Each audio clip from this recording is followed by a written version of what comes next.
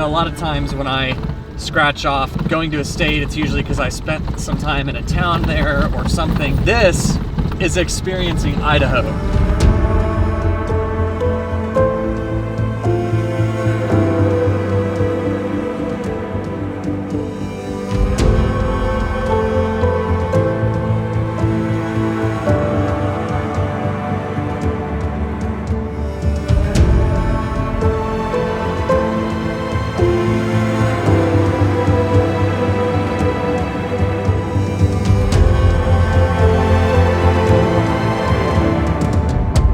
Miles and I have flown his Piper Cherokee from Central Texas into the American High West. In parts 1 through 3, we left San Marcos, Texas, and met up with the Finer Points group in Monument Valley, Utah, for a weekend of flying and seminars all about flying in the canyons of the Southwest. We left Monument Valley at the end of the weekend and made our way into the Salt Lake City International Airport to stay for a couple of nights to regroup. In this video, we're departing Salt Lake City bound for Boise, Idaho to spend a few days in the Boise National Forest. Miles has a relative that lives in this area of Idaho, and we're going to spend a few days off the grid to experience life in the true Idaho backcountry. We start this video at TAC Air FBO at Salt Lake City Airport, where we'll depart toward Idaho. Welcome to Part 4. Salt Lake Center will issue expected runway. Any changes will be made by Salt Lake approach.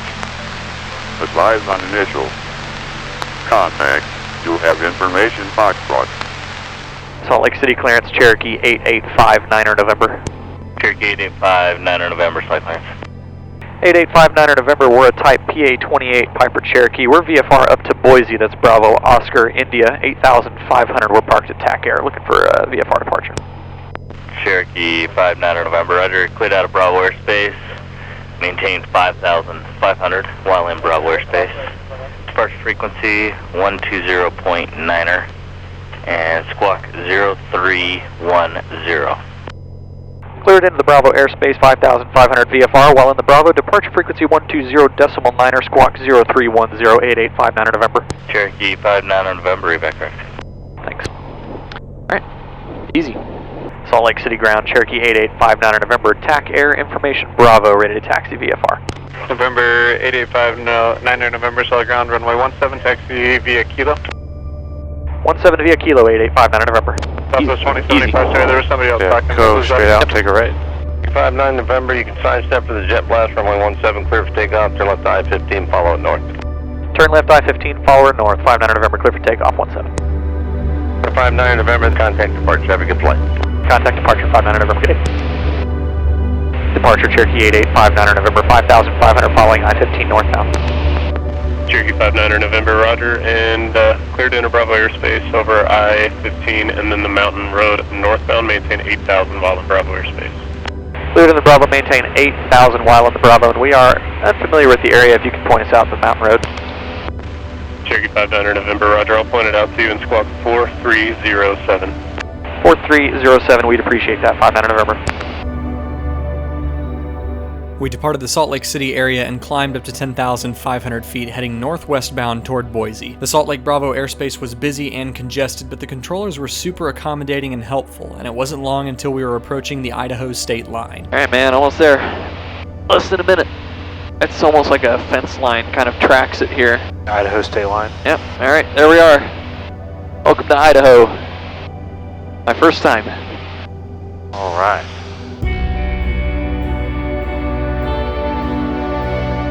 We circled around the area over the Boise National Forest where we'll be spending the next few days in the cabin so Miles could show me the area from above. Then we made a turn toward Boise and contacted Big Sky Approach for a full stop landing. Big Sky Approach, Cherokee 8859er November. Cherokee 8859er November, Big Sky Approach. 8859er November, we're Piper Cherokee over the Arrow Rock Reservoir. We're inbound for a full stop November. Cherokee 59er November, squawk 0335. Squawk 0335, 59 November. Cherokee 8859er November, radar contact 15 miles northeast of Boise, stay parking. We're going to Jackson Jet Center, 59 November. Cherokee 59er November, enter left downwind, runway 10 left, verify you said you had November. We have November, we'll enter the left downwind 10 left, 59 November. 59er November, cancel altitude restriction, contact tower 118.1. 18-1, cancel altitude restriction, 59 November, thanks. Tower Cherokee 8859er November, descending through 6,800 on the left, downwind, 10 left. Cherokee 8859 November, Boise Tower, runway 10 left. Clear to land number 2, following a Cessna 3 miles north. Alright, we're looking for the Cessna, clear to land number 2, runway 10 left, 59 November. Cherokee 59 November, now number 3 for the runway. Extend downwind, traffic following the Embraer 175, 5 mile final.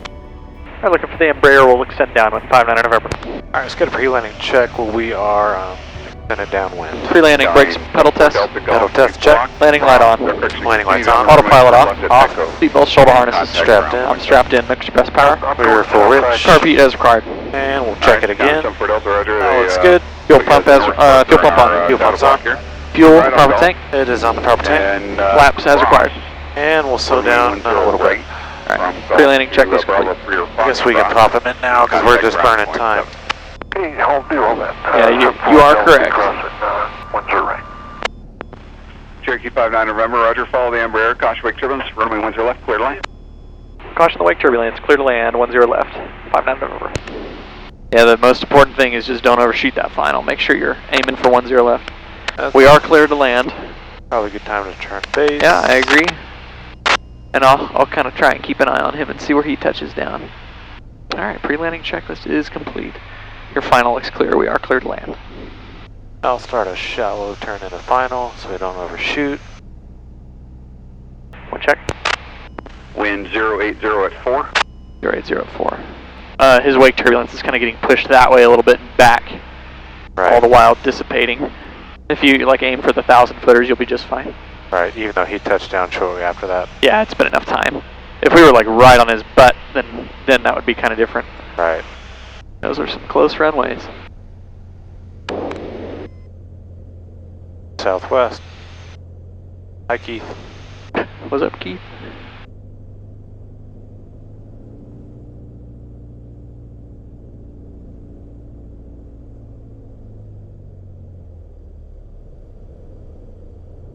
Right on the 1,000 footers, nice.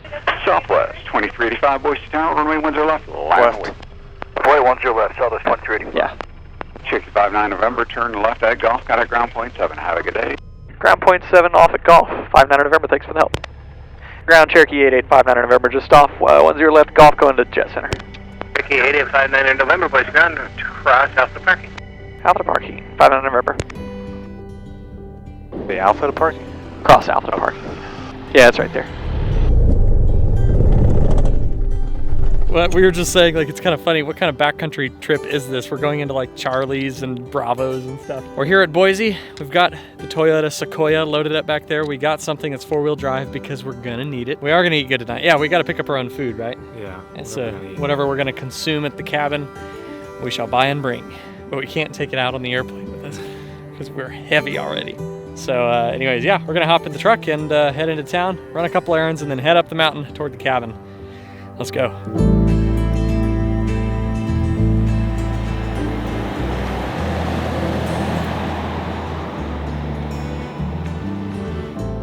About 62 miles is what we have to go on windy dirt roads, seldom going faster than 15 miles an hour. I have a great burning passion for not only filmmaking and aviation, but also off-roading and overlanding. So in a way, this episode encompasses all of those.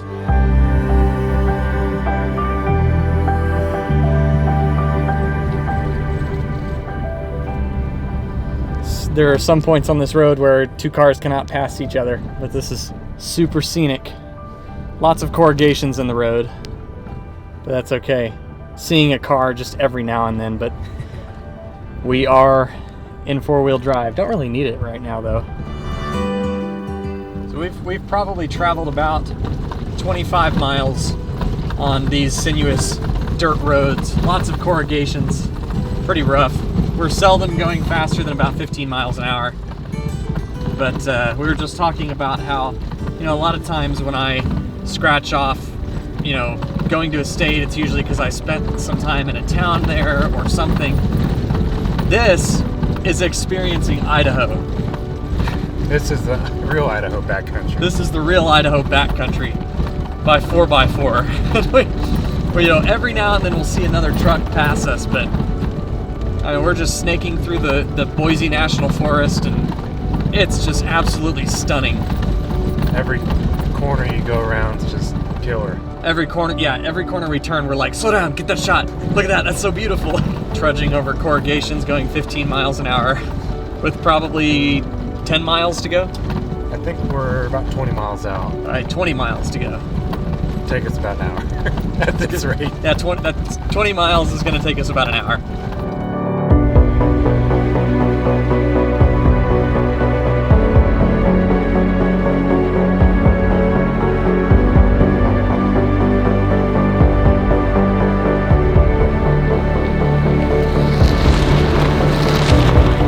Alright, we got out of the truck and pulled over on the side of the dirt road because Miles knows of a hot spring that's right here just off the side of the road.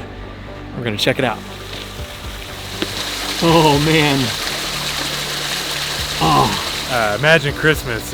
Everything's covered in snow. And we had like, I don't know, 20 people in here. So this is just steaming up, it's white. You can see a little bit of steam up there, and it's just the most picturesque thing ever. You're, whatever, 80, 90 degrees in water. Just like he said, it seriously feels like a warm bath. That's crazy. I really want to jump in.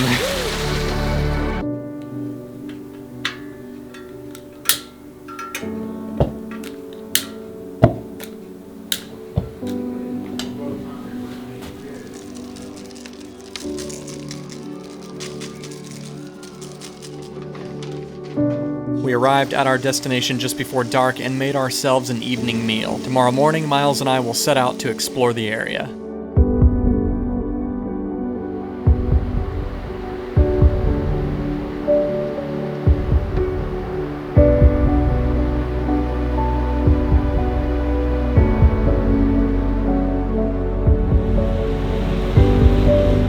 We're just gonna kind of spend the day out here in the Boise National Forest. We're going up this, supposedly it's a really good hiking spot, get a really good vantage point and just beautiful scenery from what we hear. So we're heading up into the mountains. We're not backed by dark, send help. If we're not backed by dark, send help, that's right. So out of respect for the gentleman that owns this place, I'm not gonna show too much of the actual cabin, inside the cabin. We're not gonna put him on camera just out of respect for his privacy, but what a place. You know, there's just something about coming out into an area that's incredibly remote, totally secluded. Cell signal? Forget it. Electricity? No. This cabin here behind me has a couple of electrical components to it. For the most part, this place runs on propane. The lights, the refrigerator, the stoves. You can even hear in the background the Boise River snaking through the Boise National Forest.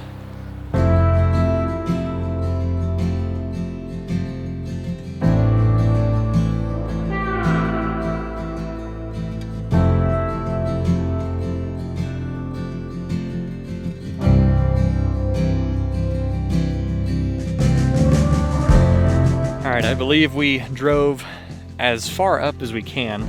This looks like a bit of a road right here, but we're just going to leave the Sequoia right here, and it doesn't look like it's really that far to hike to the top. So we're just going to hike the rest, see what the view looks like from up there. We've each got our little devices here. He's got a different brand that allow us to send and receive text messages via satellite, like basically its own phone number, and it's got SOS function and tracker and all that kind of stuff. It's a good thing to carry. Carry one when I'm flying all the time, and when I'm going and doing stuff like this where you are absolutely out of cell coverage. It's good for somebody to know where you are. At some point within the last decade, there was a big fire that engulfed this whole area, and you can tell by lots of trees laying down, completely cracked up, trees that have definitely been singed. Yeah, see some vegetation on this one, but then the other two next to it are dead. So you don't need an extraordinary airplane to take an extraordinary trip. I've done tons of absolutely unforgettable journeys in a 172. How many people out there own a 172? It's one of the most common airplanes out there.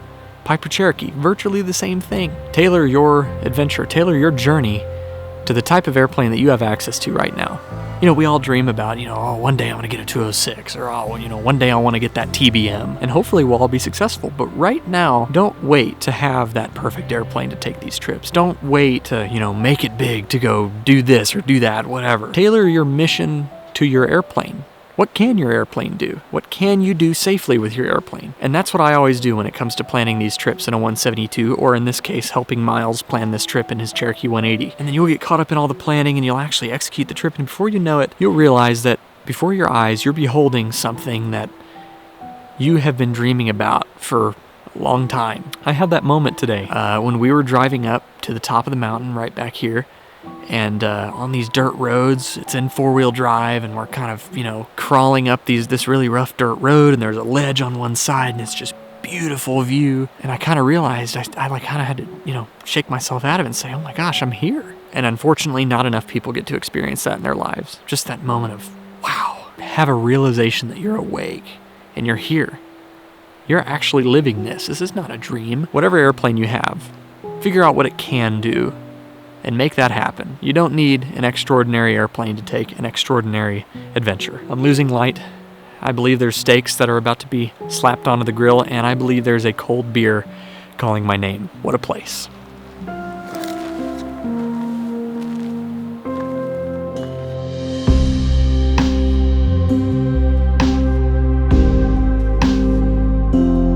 We spent 2 nights at the cabin and drove back down the mountain to Boise. Our plan was to spend the next day flying into some of these backcountry strips around central Idaho with the airplane lightly loaded, but the weather had other plans for us. The cloud ceilings were too low to safely play around in the mountains, and there was a cold front getting ready to move in on top of Idaho, so we made the decision to get out of here and book it south, and that'll be in part 5. If you like this video, be sure and hit like and subscribe if you haven't. If you'd like to support this channel, you can head over to aviation101.com/store to shop merch and gear, and aviation101.com/cockpit club to gain access to exclusive content, live streams, and giveaways. Until next time, I want you to stay happy, healthy, and current, and most importantly, stay proficient, and we will see you in part 5. Fly safe.